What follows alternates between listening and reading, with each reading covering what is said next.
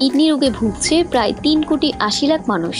এর মধ্যে প্রতি বছর প্রায় 40,000 কিডনি রোগী ডায়ালিসিসের উপর নির্ভরশীল হন। শহর ও গ্রাম অঞ্চলে সমানভাবে বাড়ছে এই রোগ। মঙ্গলবার জাতীয় প্রেস ক্লাবে বিশ্ব কিডনি দিবস 2025 উপলক্ষে আয়োজিত গোল টেবিল বৈঠকে স্বেচ্ছাসেবী সংস্থা kidney awareness monitoring prevention society এ তথ্য জানায়। বৈঠকে মূল প্রবন্ধ উপস্থাপন করেন ক্যাম্পাসের প্রতিষ্ঠাতা ও সভাপতি অধ্যাপক ডক্টর এম.এ. সামাদ। তিনি বলেন, বিশ্বব্যাপী মৃত্যুর অন্যতম কারণগুলোর মধ্যে একটি কিডনি রোগ।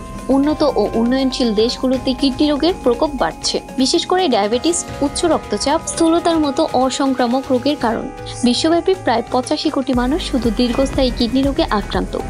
এই সংখ্যা ডায়াবেটিস রোগীদের প্রায় দ্বিগুণ এবং ক্যান্সার রোগীদের প্রায় 20 গুণ। মৃত্যুর কারণ হিসেবে কিডনি রোগ 1990 সালে ছিল 19তম স্থানে, বর্তমানে দাঁড়িয়েছে 7ম স্থানে। এভাবে চলতে থাকলে 2030 সালে দখল করে নিবে 5ম স্থান। আবার উন্নয়নশীল বা স্বল্প উন্নত দেশে কিডনি রোগ সবচেয়ে বেশি। মূল প্রবন্ধে আরো বলা হয়, দারিদ্র্য, অসচেতনতা, চিকিৎসা সেবার অপ্রতুলতা ও অস্বাস্থ্যকর জীবনযাপন এই সমস্যাকে আরো বাড়িয়ে তুলছে। এই রোগ বাংলাদেশের জন্য একটি বড় অর্থনৈতিক ও স্বাস্থ্যগত সমস্যা। প্রক্ষান্তরে কিডনি রোগের ব্যাপকতা, ভয়াবহতা, পরিণতি ও কারণ সম্পর্কে সচেতন থাকলে এবং স্বাস্থ্যসম্মত জীবনযাপন করলে 60 থেকে 70% ক্ষেত্রে এই রোগ প্রতিরোধ করা সম্ভব। কিডনি ফাউন্ডেশনের সভাপতি অধ্যাপক ডক্টর হারুনুর রশিদ কিডনি রোগকে নীরব দুর্যোগ বলে আখ্যায়িত করেছেন। ক্যাম্পাসের নির্বাহী পরিচালক রেজওয়ান সালেহিন বলেন, কিছু নিয়ম মেনে চললে কিডনি রোগ প্রতিরোধ করা সম্ভব।